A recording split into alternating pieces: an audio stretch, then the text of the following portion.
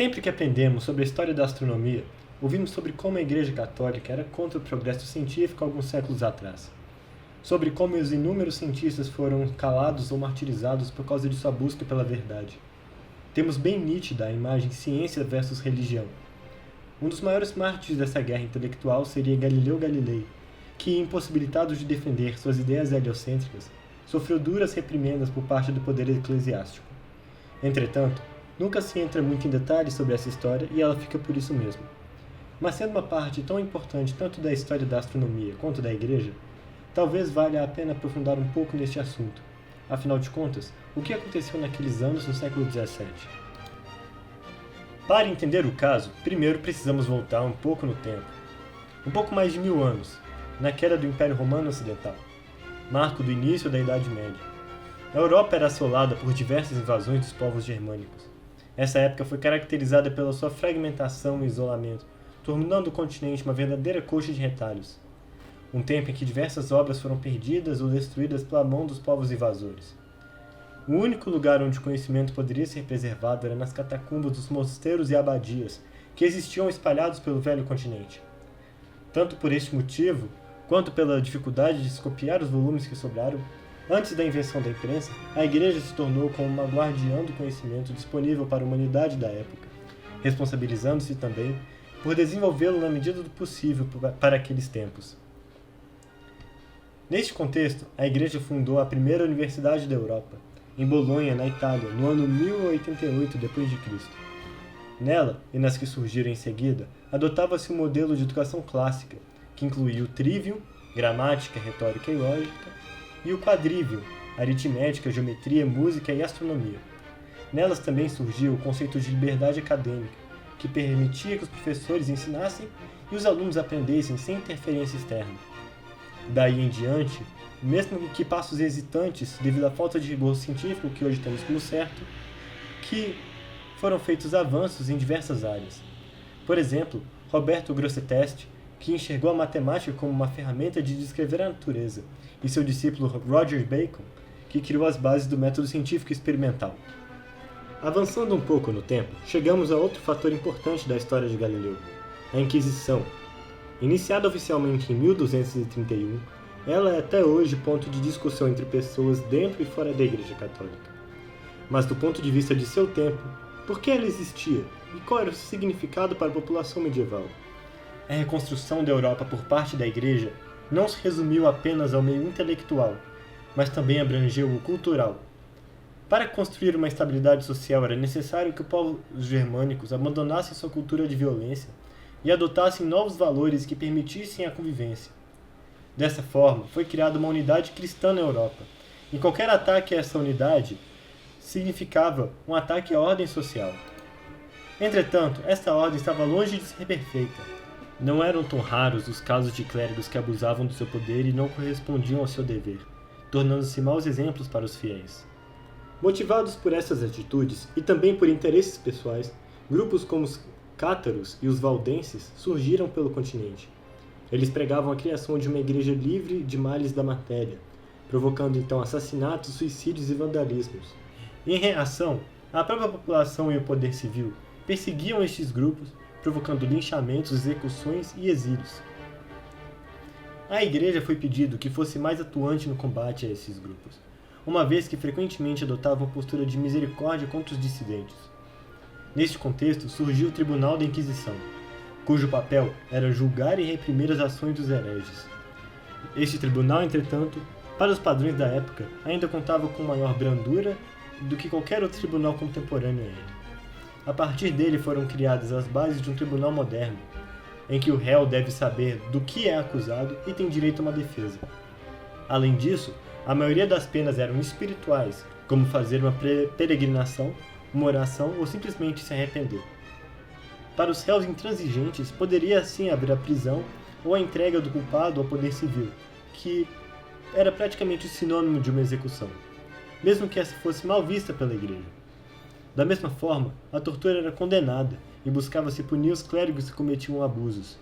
Isso porque a tortura podia fazer um acusado confessar algo que não tinha feito, e mais valia inocentar um culpado do que condenar um inocente. Com isso em mente, é possível entender como e por que Galileu Galilei foi julgado e condenado pela Igreja. Em 1981, o Papa João Paulo II convocou uma comissão de teólogos, cientistas e historiadores a fim de aprofundar o estudo deste caso. 11 anos depois, no dia 31 de outubro de 1992, 350º aniversário de morte de Galileu, ele proferiu um discurso onde reconhecia os erros cometidos em 1633. Contudo, antes de entender quais foram esses erros, é preciso entender o contexto social e científico em que Galileu estava inserido. Na época, o modelo geocêntrico era amplamente aceito entre os cientistas. As observações disponíveis até então apontavam para essa descrição do universo. Afinal de contas, nenhum movimento na Terra é sentido para os seus habitantes. Além disso, o modelo geocêntrico coincidia com a interpretação das escrituras referentes a este assunto na época. Afinal de contas, no relato bíblico da criação, a Terra é criada antes do Sol e das outras estrelas. Portanto, é compreensível que as ideias galileanas não tenham sido muito bem aceitas no meio científico da época. Mesmo assim, Galileu não foi sequer o primeiro a defender a mobilidade da Terra. Nicolau Copérnico, anterior a ele, já havia descrito o modelo heliocêntrico. Este usava círculos concêntricos e epiciclos para descrever as órbitas planetárias e os movimentos observados. Seu modelo era rudimentar e não muito melhor que o de Ptolomeu em acuracidade científica. Tanto que o seu livro De Revolutionibus Orbium Celestium não foi publicado até a sua morte. Não por medo de reprimendas da Igreja, mas por medo do desprezo da comunidade científica. Quando dediquei algum tempo à ideia, meu receio de ser desprezado pela sua novidade e o aparente contrassenso quase me fez largar a obra feita. Durante sua vida, ao contrário do que se esperaria, ele nunca foi reprimido por defender o heliocentrismo. Suas ideias, condenadas na maior parte da Europa protestante como enlouquecimento das ciências, foram resgatadas mais notoriamente por Galileu e por Kepler. Este último também, com base nas observações de Tycho Brahe, formulou suas 3 leis do movimento planetário, sem contrariedade alguma por parte da Igreja. Dito isso, qual foi então o motivo da perseguição a Galileu?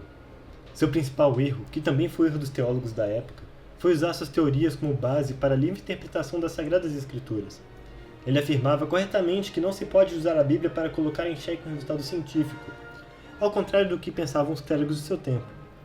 Não havia ainda uma distinção formal entre a Sagrada Escritura e a sua interpretação dela, o que levava ao erro de transpor os ensinamentos da fé no campo da ciência. Entretanto, Galileu apresentava sua teoria heliocêntrica como indubitavelmente correta, mesmo sem apresentar as provas cabíveis.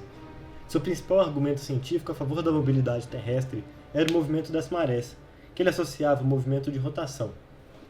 A prova definitiva da rotação terrestre só veio com o pêndulo de Foucault, em 1851, por mais que o heliocentrismo já fosse lugar comum na época. Devido às suas ideias quanto às escrituras, Galileu foi recomendado a não defender o heliocentrismo como verdade definitiva, a não ser que possuísse as provas definitivas a seu respeito. Sendo levado a julgamento pelo Santo Ofício, seu temperamento forte e colérico usava palavras como idiotas, ignorantes e impostores em sua defesa, onde conseguiu mais inimigos. Ao final da sessão, em janeiro de 1616, ele foi requisitado que não ensinasse, defendesse ou sustentasse sua teoria, requisição que ele prometeu obedecer. Nessa sessão também foram proibidos os livros de Copérnico, que já tinham então 80 anos de idade e eram deixados para livre discussão por parte da Igreja. 2 meses depois, em março do mesmo ano, o Papa Paulo V teve uma audiência com Galileu e reconheceu a retidão de suas intenções, reconhecendo-o como verdadeiro filho da Igreja. Após 1618, quando apareceram 3 cometas, as discussões com cientistas foram reacendidas. Em 1630, ele escreveu o livro sobre os sistemas máximos do mundo, o Ptolomaico e o Copernicano. Ele o comunicou ao Papa Urbano VIII, que o aconselhou a apresentar este último modelo apenas como uma hipótese. Buscando obter o imprimatur, ou seja, a permissão para imprimir seus livros, Galileu foi a Roma em maio daquele ano e lá foi requisitado que mudasse o título da sua obra para Diálogo sobre as Marés, uma vez que este era o principal argumento do livro, e que apresentasse a teoria de Copérnico como uma hipótese e não como uma verdade segura. Burlando a requisição de Roma, ele consegue, através de um amigo no clero, imprimir seu livro em Florença, publicando-o em 1631. sem as devidas correções.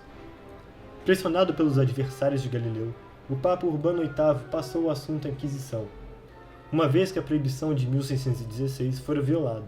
Chamado a Roma para o julgamento, em fevereiro de 1633, ele ficou hospedado primeiramente no Palácio do Embaixador de Florença e depois no edifício da Inquisição, onde era bem tratado nos aposentos espaçosos do fiscal da Inquisição. No julgamento, ele reconheceu que o livro levava a entender que defendia o heliocentrismo e negou solenemente que defendia este modelo de Copérnico.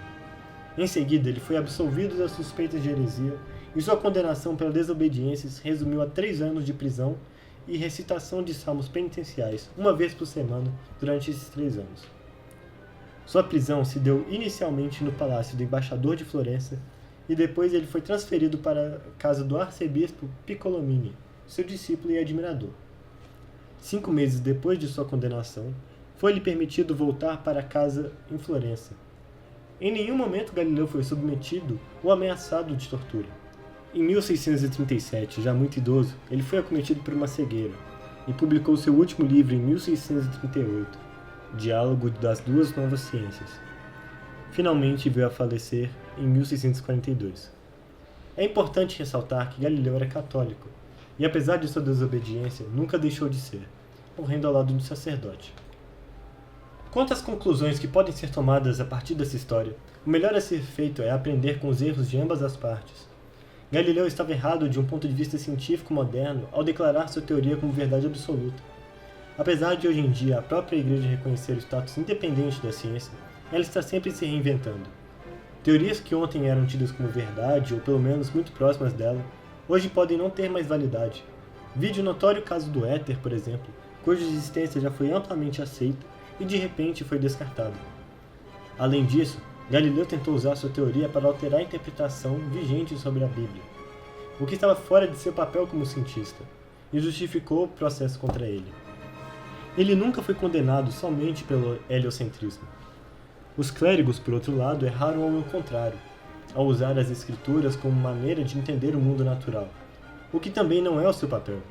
Afinal de contas, como diria o cardeal Cesare Baroni, o Espírito Santo quer nos dizer como se vai para o céu e não como vai o céu, indicando que não se devia levar para o campo da doutrina da fé um assunto de cunho simplesmente científico. A repercussão dessa história, contudo, serviu para fomentar a narrativa persistente de que existia uma batalha ou discordância entre as ciências versus igreja, que não poderia ser mais longe da verdade. Desde tempos medievais até o contemporâneo, a Igreja Católica é uma fomentadora do progresso científico, nunca sua inimiga, possuindo diversos nomes de destaque no meio acadêmico, como o próprio Nicolau Copérnico, por exemplo. Desta forma, fica evidente a necessidade de se adotar um olhar crítico e mais imparcial possível sobre fatos históricos ou qualquer outra fonte de conhecimento. Mesmo com nossos preconceitos, acredito que essa seja a única maneira de alcançar a verdade. Afinal, isso é que significa ser um cientista. Muito obrigado.